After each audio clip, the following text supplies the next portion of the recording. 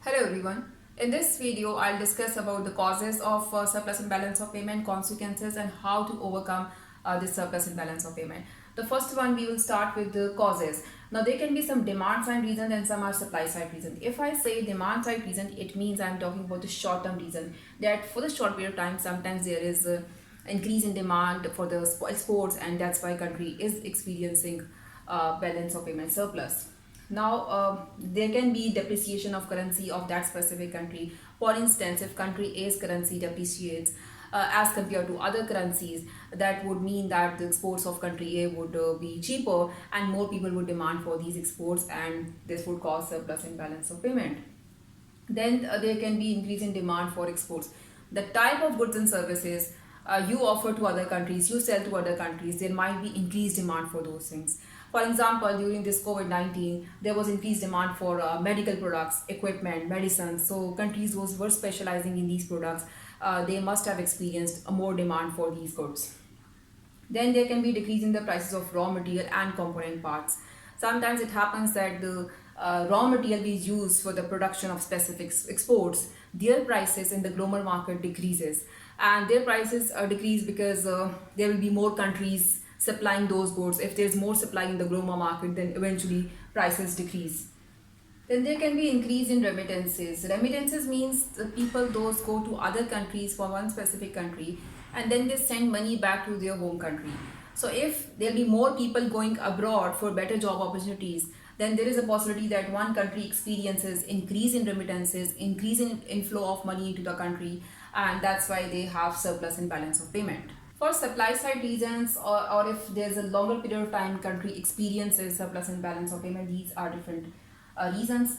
First one is when there's high saving rate, which means that people tend to save more as compared to consume. If the income increases, there is more tendency of the people to save more, maybe because of better opportunities, or maybe for the old age, because they don't get good benefits, that's why they want to save for the old age. So these are different reasons that might cause decrease in demand for goods and services, and probably for the imports as well. Then there can be higher prices for exports as compared to imports, which means that the exports we send to other countries, there might be increasing trend into the prices of those goods as compared to the imports we bring into the country. Now let me give you the example.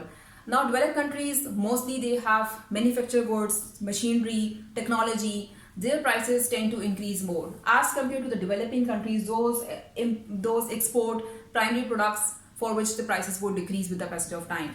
So it means the developed countries would have benefit because the exports they have, their prices would increase with the passage of time. Then there can be increase in productivity of specific country.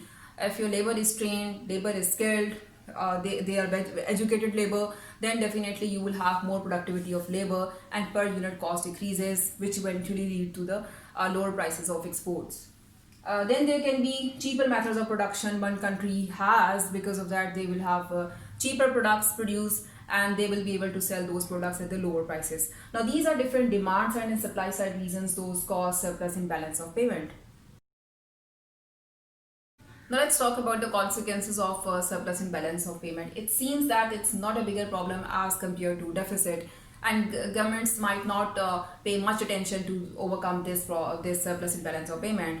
But again, there might be some negative effects for the other countries, and you might have to consider this an important issue to deal with.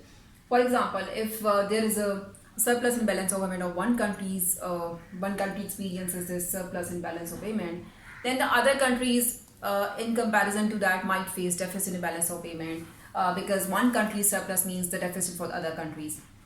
So if this country does not take any step, it means that other countries might retaliate in this way, that they might adopt some protectionism against our exports, which will create problem for us in the future. So retaliation from other countries can be a bigger problem for the countries those consistently face this surplus in the balance of payment.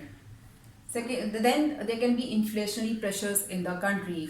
Now, aggregate demand equation, if you remember, that is C plus I plus G, export minus imports. Now, these export, if they increase, then definitely aggregate demand increases.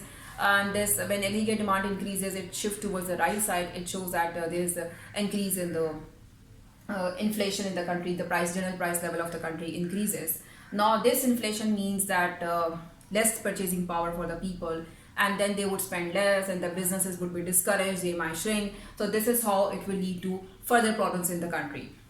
Then one positive thing which we can have from the surplus is this: country can have huge reserves of gold and foreign currency, which is a good sign for the country, because these reserves can be used if country faces any problem in the future, to pay off debts and these kind of things.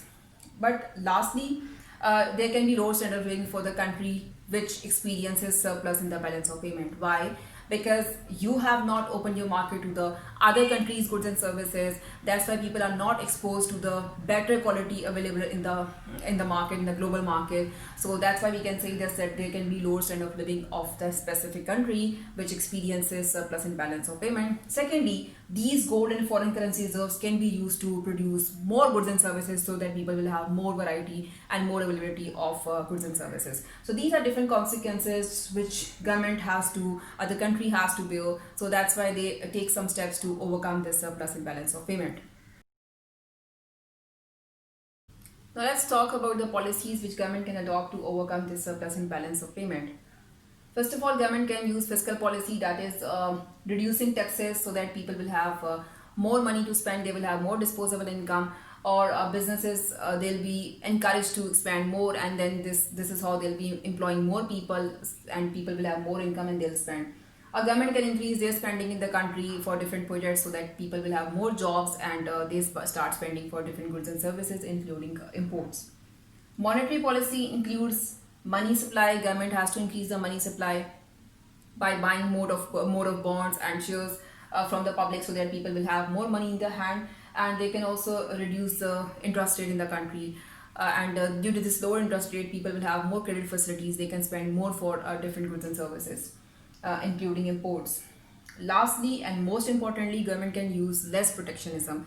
If government has imposed any kind of protective measures to protect their industry against imports, government can reduce these barriers, so that there will be more imports coming into the country, and we can have balance of import and export. Now these protectionism can be: government can reduce the tariff, that is the tax on the imported goods, so that products become cheaper and people might start demanding more for imported goods. They can increase quota for other countries to bring their products into our country. So this is how more availability of imported goods in the country, and people might switch to those options. And lastly, government can also lift embargoes if there were any bans for any specific country. Government can lift those bans so that people can start spending for those goods as well. So this is how government can overcome surplus in balance of payment. Thank you for watching this video. Happy learning.